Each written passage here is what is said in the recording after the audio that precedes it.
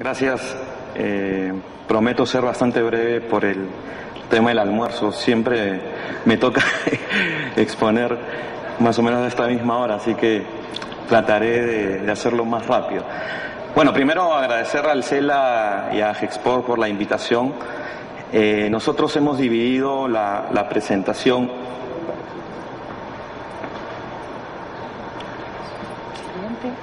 Ya, perfecto. Nosotros hemos dividido la presentación en 5 grandes puntos.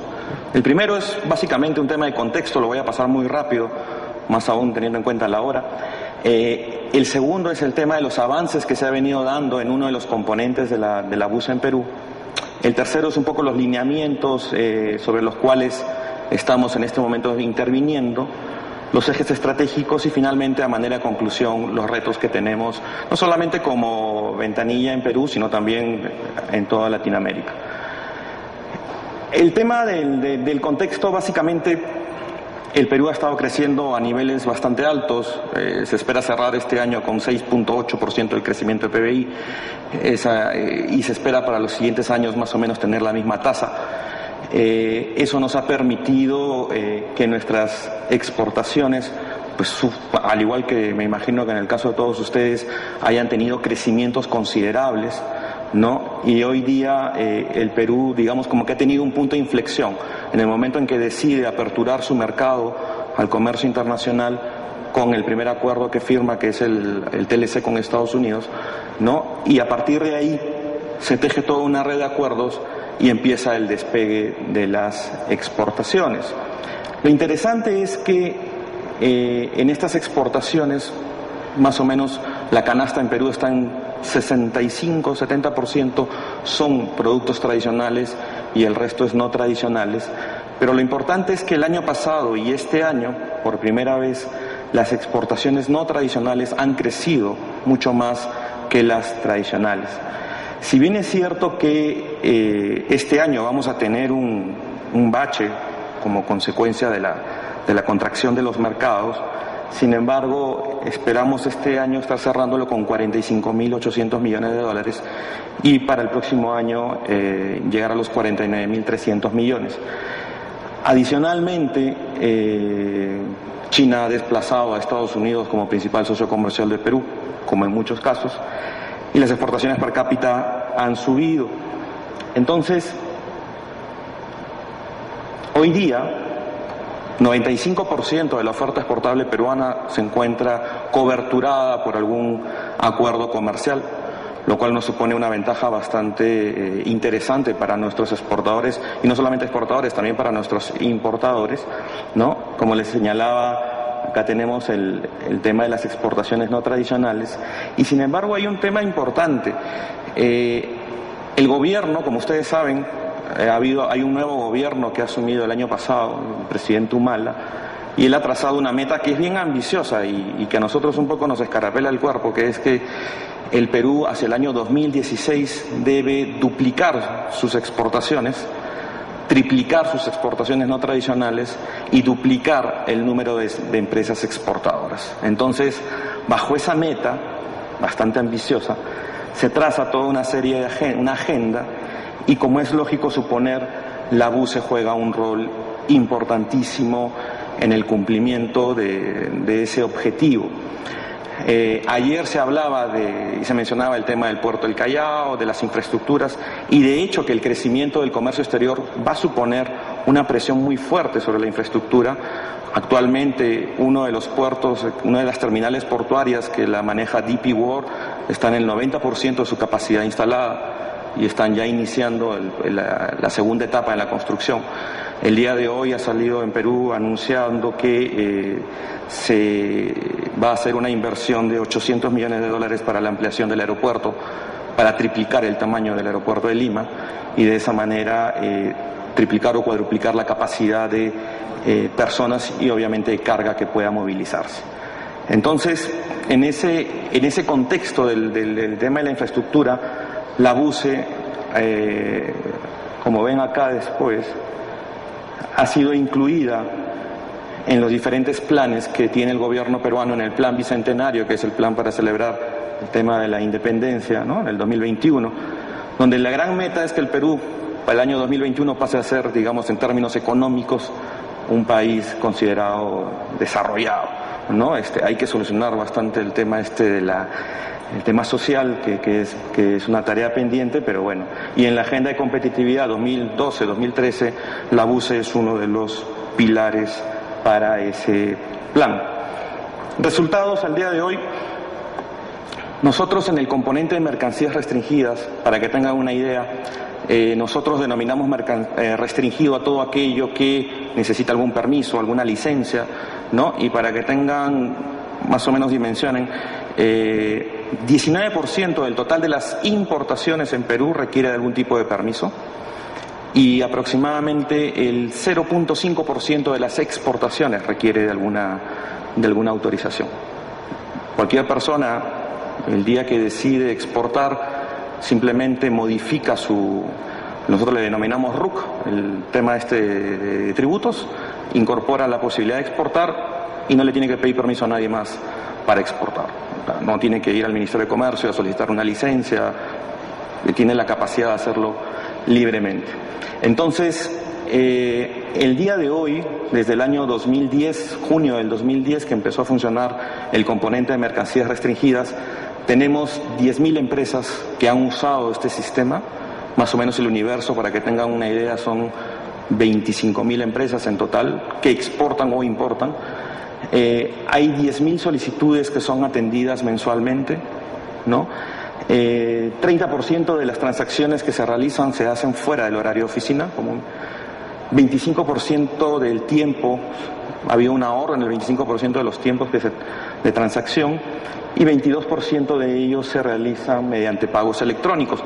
No sé cómo es en su país, pero en Perú, por ejemplo, los trámites que son del Estado se pagan a través de un banco, es el Banco de la Nación, y el Banco de la Nación tienes que ir a hacer tu cola, y si tienes mala suerte te juntas ese día con el pago de los jubilados y 3 vueltas a la manzana, como decimos nosotros. Entonces, hemos utilizado la pasarela de pagos que tiene la aduana, y a través de esa pasarela se puede realizar pago las 24 horas.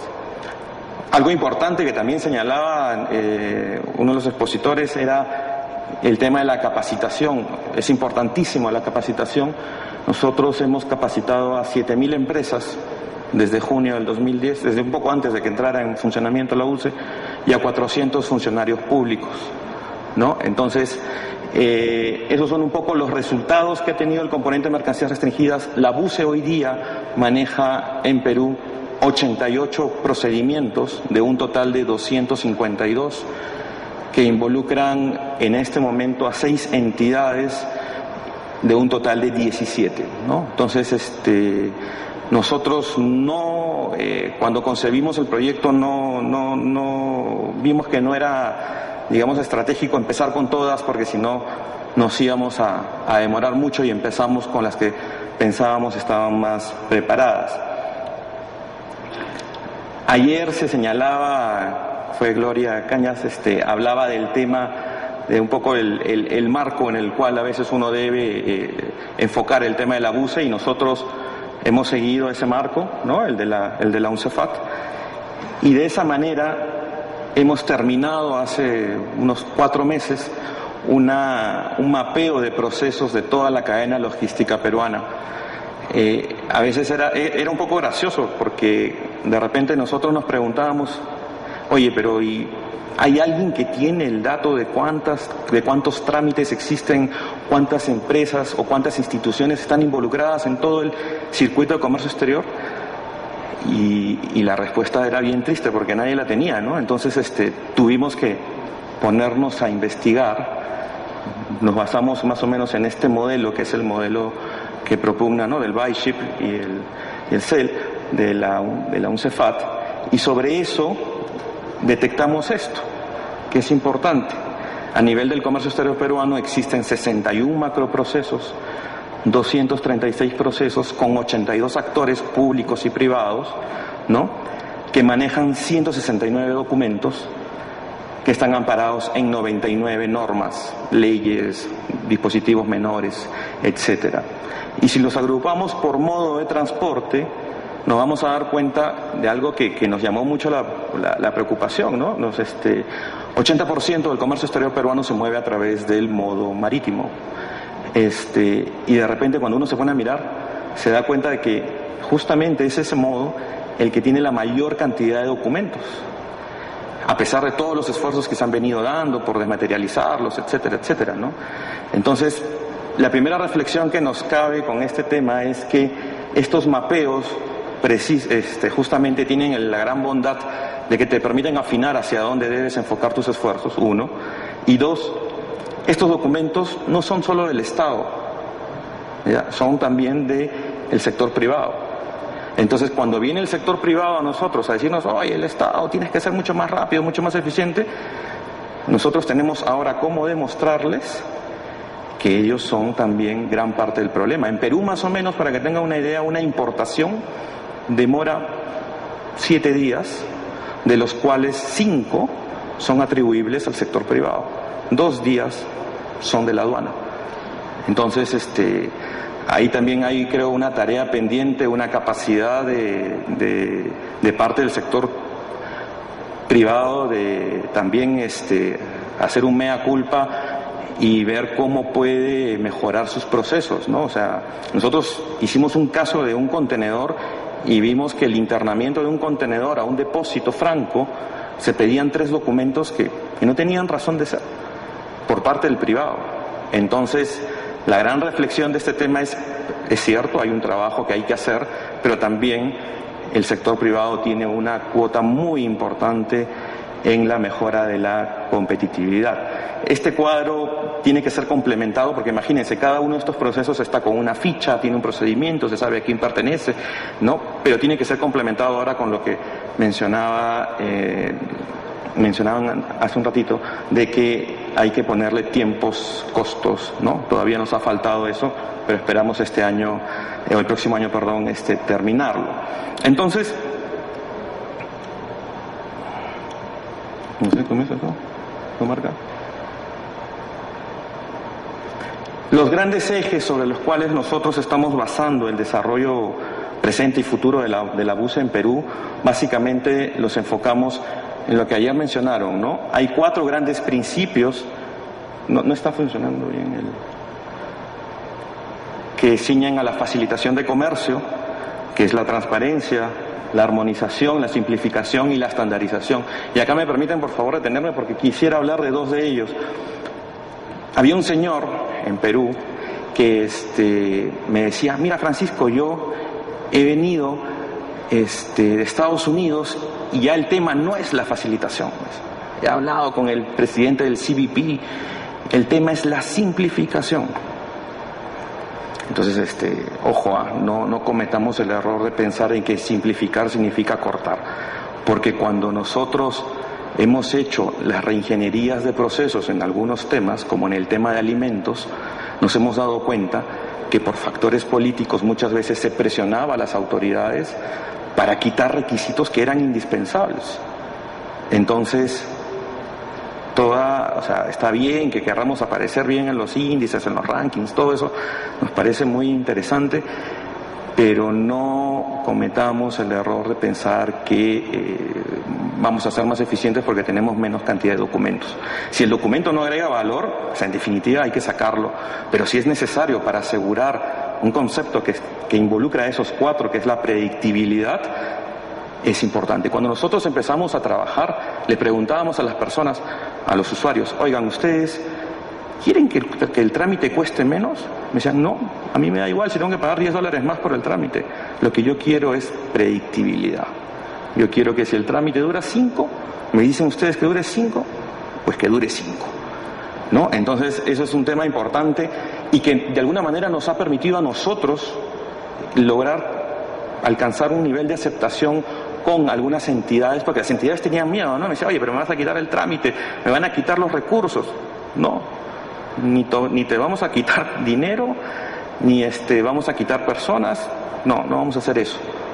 Pero sí te pedimos que si tú aseguras que el trámite dura 15 días, pues que dure 15 días. Porque finalmente la cadena se ajusta al tiempo que tú le vayas a asignar. Y en el ejemplo de la transparencia, Hace poco, el domingo antepasado, sacamos un dispositivo para todo el tema de alimentos y la gran lección, habiendo reunido a todo el sector privado y a esta agencia que se encarga de alimentos, el presidente de la Sociedad Nacional de Industrias decía, oye, yo creo que acá ha habido un tema de desconfianzas mutuas que no nos ha permitido avanzar. Por primera vez la autoridad nos ha permitido sentarnos, se ha puesto a conversar con nosotros, a discutir los criterios, y no había eso de que no, yo soy autoridad y por lo tanto no te recibo. Entonces, ese trabajo es importantísimo, el de ir estrechando lazos, el de ir derribando esas paredes que a veces uno como autoridad piensa pues que no, que el administrado no debe tener acceso, sobre todo la gente de la aduana es muy celosa en esos temas, pero yo creo que hay que ir, no hay que ver, o sea, no porque haya gente mala todos van a ser malos, ¿no? O sea, hay que ir trabajando en eso. En los servicios transversales trabajamos en los temas de interoperabilidad, entendiendo la interoperabilidad no solamente como el tema de la conexión con otros países, sino también internamente, el tema de la infraestructura legal. Nosotros estamos trabajando en una mejora de la norma para la gobernanza de la BUCE. Hoy día la comisión que tenemos necesita algunos ajustes y en ese sentido tenemos ya el visto bueno para presentar una ley que sea mucho más, haga las cosas un poco más, más duras, más obligatorias, ¿no? La mejora de procesos, como bien se había señalado, es un tema que siempre tiene que darse y el fortalecimiento de las instituciones es pieza clave para asegurar el éxito de una ventanilla. En el Perú, por ejemplo, teníamos de las 17 entidades unas asimetrías tremendas entre entidades más o menos desarrolladas y algunas que ni siquiera alcanzaban a cubrir. Había una institución que tenía 200 trabajadores y tenía 100 computadoras. Entonces, ¿cómo le puedes exigir a esa institución que se sume a la BUCE si ni siquiera puedes darle un local, infraestructura, etcétera, ¿no? Los componentes, mercancías restringidas, el componente de origen, que en Perú la emisión de los certificados de origen es delegada a unas instituciones privadas. Hoy día, por todo el marco de los acuerdos, se ha decidido de alguna manera volver a centralizar todo el tema de la emisión de certificados de origen. Obviamente estas instituciones van a seguir emitiéndolas, pero ya bajo una supervisión más estricta del Ministerio. Los servicios portuarios, ayer se mencionaba y se ponía Perú en una de las láminas, en este momento funciona un modelo muy básico de lo que es la recepción y despacho de naves electrónica, ¿no? Y en lo que es gestión de riesgos está básicamente enfocada a el tema de mejorar la capacidad de riesgo en las entidades que participan en la BUCE, ¿no? Nosotros tenemos el gran problema de que, y quizás acá hay gente también, nosotros tenemos cuando llega un barco, por ejemplo, hay como 5 o 6 autoridades que dicen que tienen que subir al barco. Nosotros le decimos, pero esa es la libre plática, ¿no? Entonces le decimos, pero ¿por qué tienes que subir al barco? Al 100% de los barcos, o sea, tienes que aplicar sistema de gestión de riesgo. No, es que la ley, la santa ley, está escrita en piedra y no se puede cambiar. Y lo que en realidad ahí hay un trasfondo pues de otro tipo de cosas que están sucediendo, pero que es importante, ¿no? El Servicio de Sanidad Agraria antes nos decía, no, yo tengo que inspeccionar 100% de la carga, porque y es imposible, o sea, no aceptaban. Hoy día ya por lo menos nos han dicho, bueno, ya no voy a inspeccionar el 100% de la carga, pero necesito una trazabilidad de 10 años hacia atrás para poder hacer las inspecciones. O sea, por lo menos ya cambió, ¿no? O sea, ya no es el 100%, ahora ya nos piden 10 años, pero el tema de la gestión de riesgo es importantísimo para poder justamente mejorar la facilitación. Y en lo que es tecnología, estamos ahorita en este momento con la tarea de mejorar todo lo que son tableros de mando para las instituciones, para poder darle información en tiempo real. El tema de móviles, queremos aprovechar esa tecnología. Les voy a presentar en primicia lo que vamos a lanzar, que ni el ministro se ha enterado, que vamos a lanzar en unas semanas. Vamos a subir todos los servicios de redundancia de la BUCE a la nube, y en las redes sociales vamos a tratar esa es una tarea pendiente, no la hemos aprovechado debidamente, ¿no? Esto es el tema de la parte móvil. Lo que buscamos es que el usuario pueda tener información en sus smartphones y en tabletas, en un primer momento a nivel de información, solamente lo que es trazabilidad, ¿no? Estas son las pantallas que va a tener el aplicativo que va a estar primero en Android y después se va a hacer para el tema de los iPhones y los BlackBerry, ¿no? Van a haber 4 menús. Uno puede entrar a la SUSE, que es la solicitud, va a ver el estado de la solicitud, ¿no? Y va a poder de alguna manera ver cómo está, ¿no? Si se le han entregado, si está pendiente, etcétera, etcétera, ¿no? Entonces, eso de alguna forma es uno de los aplicativos que debemos estar lanzando. Ya están en pruebas, ya han cerrado básicamente la prueba. Yo creo que debería estar entrando en producción en un par de semanas más, ¿no? Y como les dije, es para tanto smartphones como tablets. Eso es, digamos, un elemento más que nos permite acercar al usuario para poder tener justamente un mejor nivel de trazabilidad. Rápidamente, los retos que tenemos para el próximo año.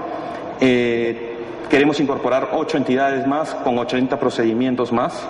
Acuérdense que yo hablé de un total de 252 procedimientos y tenemos al día de hoy 88. Vamos a culminar con unos 100 más o menos. El componente de origen va a entrar en operación este año. El próximo año ya estará en pleno funcionamiento. El servicio portuario, vamos a fortalecer el arribo y zarpe de naves. En un par de semanas debería estar saliendo ya el marco normativo que ampara todo el tema y que hace obligatorio el servicio portuario.